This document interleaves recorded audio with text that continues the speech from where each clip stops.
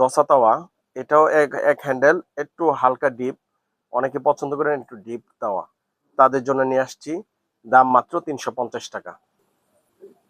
আবার কেউ কেউ এক হ্যান্ডেল পছন্দ করেন না, দুই হ্যান্ডেল পছন্দ করেন, দুইভাবে ধরে লাড়াচাড়া দিয়ে, একটু গর্ত আছে, ডিপ আছে, রুটি মাছ এবং একটু বোনা করতে পারবেন, এবং একটু আহ, অনেক কিছু করা যায় এটা দিয়ে, ঠিক আছে।